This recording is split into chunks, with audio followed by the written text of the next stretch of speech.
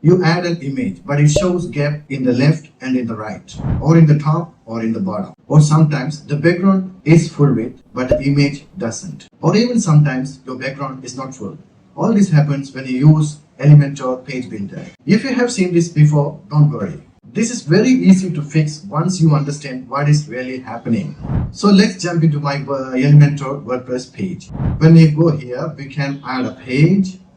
So go to add page, new page, edit with Elementor, and I click on the plus icon, choose Flexbox and choosing the first option. And as you can see here on the right side, the tab, you can see there's a container, and if you toggle this, you can see it's empty. So it's an empty container. Before you fix your Elementor image issue, you should know what we are using in your page. Are you using section or container or image element? If you see section here instead of container, that means you are using an old Elementor, which is not recommended anymore by the Elementor to use the sections.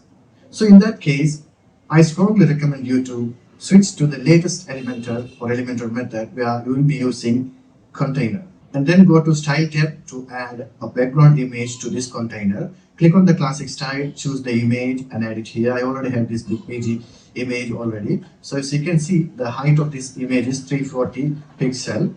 Make it position center, so you can see it's perfectly centered and no repeat.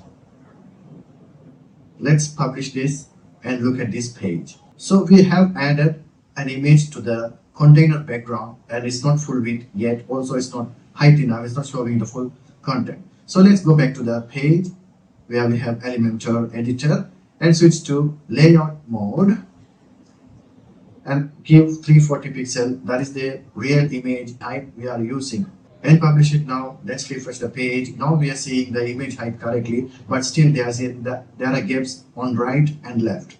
So let's go back to the editor page, go to the style tab and change the display size option to cover. Publish it. Now come back to the front page, and if you see it, now the background image takes the full width.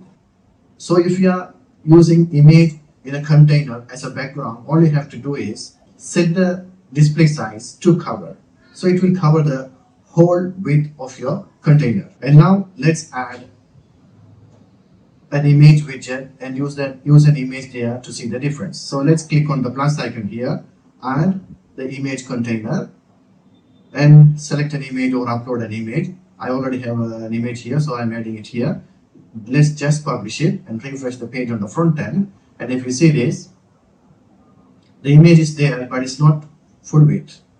So let's come back to the edit, click on the container again, and let's see the content width is boxed. That's why it's boxed on the front end. So let's publish it and refresh the page, but still the content is not full width. It's because the image I'm using is not large image. If we check the image we are using, the width of this image is 1066 pixel, but our viewpoint is bigger than that. So the image we are using in the image element doesn't have enough width. Anyway, let's make it center and check again and see if there is any other options to make it full width. So let's make it center and publish it. Now the image is centered, but still we see the gap around it. So let's go back.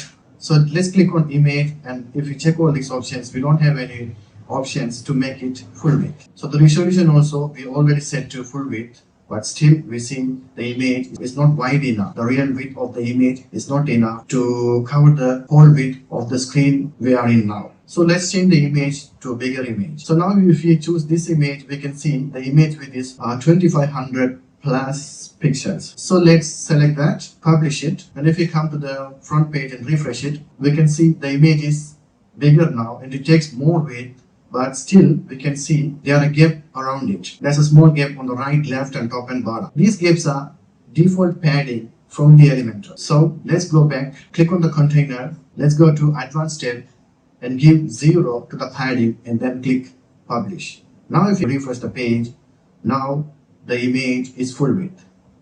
So the image we added in the image element also now is full width. So there are two main points here to make your image container image full width. It should have enough width to take the full width of your screen. So the bigger the better. And then you have to remove the default Elementor image element padding. So as you can see here, now our container background image also full width and image element image also full width. If you have any doubts about these steps, just ask it in the comment section below. I will try to reply whenever I can. Or if you need more help to customize your websites, you can contact my WhatsApp or through my website WordPress supporthero.com. Don't forget to hit the subscribe button and click thumbs on this video if this video helped you.